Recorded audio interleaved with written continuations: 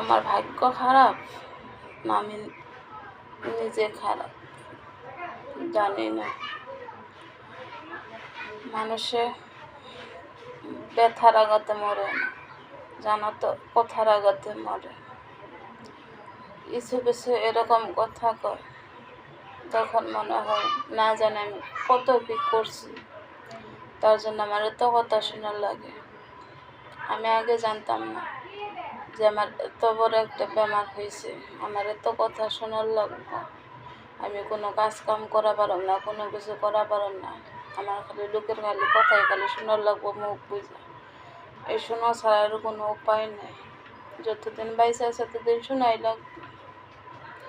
একটা শরীরে যদি এত যদি থাকে, জানি না কিসের থেকে এত কিছু, সবটা মানে কওয়া যায় না।